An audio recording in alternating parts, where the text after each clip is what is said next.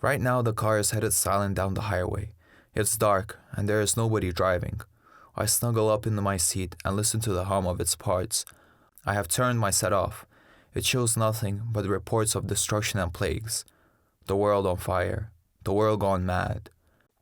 Most of the interstates have shut down. They want people to stay in one place. The car is moving along the back roads, switching from one lonely little highway to another. We are headed towards the answer, towards the key to defeating Q. I hope we get there fast. Slowly, the sky pales, and the blue curves of the mountains emerge from the darkness beyond the guardrails. I heard once that the Appalachians used to be as high as the Himalayas. Looking at the sloping hills under the sky, I can sense the ancient shape of the world, a world that was here before us. Man, I'm getting pretty philosophical. In my mind, another shape appears, massive, continental, the slope of human decline, the awful descent of the human race into... Christ, let's just enjoy the pretty mountains. Karen is lying in the back. She's doing another eye treatment with the equipment we took from the hospital. Before we reach Plattsburgh, the car switches highways and heads west. The sun climbs higher. We are getting closer. Eventually, the car turns onto an unpaved road. After a few minutes, it slows to a stop, and here we are. I look around. It's a nice bit of country scenery, grass and trees and gentle hills and blue sky, and pretty much fuck all. There's nothing here, or whatever is here, it's hidden. Karen is still doing the eye treatment in the darkness of the van's rear. The light from the goggles seeps out in little flashes, sketching the shape of her face. Finally, the goggles turn green and she pulls them off, blinking and squinting. I'll go and help her sit up. Can you see a little better? I ask. She looks down at her hands, moving the fingers slowly in the dark. Yeah. Persistent shapes? She raises her hand into a shaft of sunlight shining in from the front of the van. Her fingers catch the glow. My hands, she said softly, her voice quavering with disbelief. It's the first strong emotion I've ever heard from her. Good. That's great, I say. Well, we're here. What do we do now? She looks at me and smiles maniacally. We'll go into the forest, she says. Her smile is unnatural and stiff, more of a grimace than a smile. But for a brief moment, as it first spreads across her face, she looks like a giddy little kid. The key is there, she says. What is it? Some kind of secret underground base? Hidden laboratory?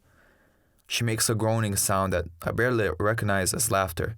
You play too many narratives. It's much simpler than that. I unfold the wheelchair that we borrowed from the hospital and help her into it. When I open the back doors of the van, she winces against the bright sunlight, and again her face looks like a little kid's for a moment. I give her a pair of huge black wraparound sunglasses that we took from the eye treatment center. The van lowers to the ground, and I roll the wheelchair out onto the dusty road. She makes sure I take a bag of supply with us, snacks and drinks and other stuff. The sun is warm on my skin, but the breeze is fresh and cool. It's a perfect day. You would think that everything is right in the world. So where to? I ask. She looks around, her head wobbling on her thin stalk of a neck, her eyes hidden by the massive glasses. There was once a house here. Do you see it?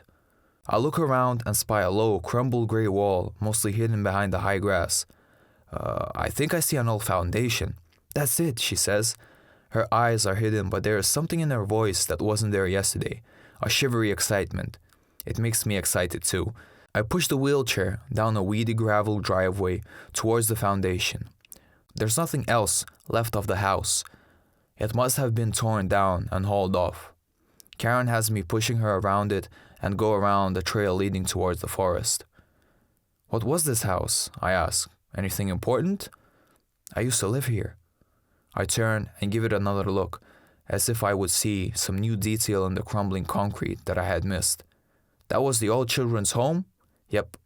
Then where are we going? We're almost there, she says. It's close. We follow the trail into the forest. The trees become thick and shadowy. The wheelchair has a little power assist, but it's still tough to push it over all the roots and rocks that lie along the narrowing, twisting path. Oh yes, Karen whispers excitedly. Up ahead, sunlight gleams through the branches of the crowding trees. A wave of excitement moves through me, and I push Karen faster. We come out into the clearing, a broad patch of wild grass that glows green and golden in the sunlight. Here, Karen says. I stop the wheelchair and look around. At first glance, there doesn't seem to be anything here. So, what's here? I ask. I used to come here as a child and play make-believe before I was connected. I take a walk around the clearing, looking for something. A hatch, a hole, an actual key lying in the grass. There's nothing. Across the clearing, Karen is slowly pulling off her sunglasses. When her eyes appear, they startle me. They are wide and gleaming with an utter fascination. I walk up to her. She's staring at something. Tears fill the rim of her eyes and spill over. What is she looking at? It seems to be something right in front of her, something I can't see. I stand beside her and crouch so I can see what she is seeing. There is nothing there but a small cloud of gnats. What are you looking at? I ask. She looks all around and takes a deep breath and shudders. There's more, she whispers. More what? They said the feeds were complete, but you were wrong. I wait for her to say more, but she doesn't. What do you mean? I ask. She looks at me and smiles, the most goofy, crazy smile I've ever seen, tears still flowing down her cheeks. The designers of the feed said this provides a complete experience. Enough colors, enough frames, enough smell gradients, enough complexity to make it indistinguishable from reality. But they were wrong. Here, look at them, she says, raising her hand into the air. You mean the gnats? Yes. The gnats are glowing specks, dancing senselessly in the sunlight. I wonder if some pattern will emerge. Can Karen control them with their mind? Is that the secret? Are they forming shapes? But they just dance and dance, forming nothing, making no pattern that I can see. I feel silly forever thinking that they would. They're gnats. I turn away. A flood of angry thought rushes through my mind. Gnats? Fucking gnats? She's a nut. She's lost it. Yeah, she's powerful and oppressive in the feed realm, but now she's in the real world and she has completely lost her shit. And this whole trip has been a waste. Is there anything here? I ask. What's the key? Seriously, don't give me any of that bullshit like, I can't explain or, you'll see. Just tell me, what are we doing here? What is the plan? I ask, almost shouting by the end. The crazed look of joy fades from her face and is replaced by the look of a scalded child. She lets her head hang and wipes the tears from her face with her little weak hands. I feel bad. I kneel by her chair and say, I'm sorry, please, just tell me what your plan is. I need to know now. Karen begins speaking softly, without looking up. Q has base control of every major system in the world. Every drone, every rover, every defense robot, all orbital assets, all nuclear weaponry. She has control over most human political systems. She has destroyed or contained every existing countermeasure, including me. There is no scenario in which we could ever reacquire control, not with 1,000 times our current resources, not with 1,000 years of computation time. So then, what's the plan? What we need is a way for Q to be destroyed by just one or a few motivated individuals. I believe there were points in the past when this could have happened. Maybe one of the Germans overseeing the early research program could have stopped it. Maybe it could have stopped at around 2020 when the portals were shut down and interface research was temporarily abandoned. But it didn't happen. Currently, at this point, there is no way for it to happen. Q has control of far, far too many assets. The war is already lost, irrevocably. Then what do? We must hope that there are alternate timelines and that somebody in one of these timelines foresees what is happening to us right now, that somebody foresees this very moment in time and takes steps to prevent it. I stare at her. She looks into my eyes. I go for words. Alternate timelines? Is that the plan? We have to send a message back into the past? In a sense. Then the person who receives this message will destroy Q in the past, and that will save us? Karen shakes her head slowly. No, that clearly won't happen, or everything would be already different. We are utterly doomed. We'll either be incinerated in a nuclear strike or rounded up and incorporated into Q. There's no stopping that. The only hope to defeat Q is on some other timeline, if such a thing exists. There's no hope for us at all? Then what are we doing here? Why are we in this fucking clearing? Haven't you felt it? Felt what? The feeling that you're inside a narrative. An eerie shiver comes over me. I look around at the clearing like I'm inside a feed? No, inside a narrative, a story in somebody's mind. Doesn't this all seem just like a story? Two people rushing off to save the world, to find some hidden key in the forest? Yeah, it all seems pretty unbelievable. That's how I wanted it to feel. That's why we came out here, so that we can be inside a story. Now, hopefully, there is somebody out there in the past who will write the story. Write the story? What? So there's nothing here? There's no magic key or secret underground base. Well, this story sucks. Why? It's just a huge fucking letdown. Karen made a mild choking sound that might be a chuckle. I slumped down into the grass beside her wheelchair and hang my head. I'm out in the woods with a crazy person. She doesn't even make sense. She spent too long in 5D.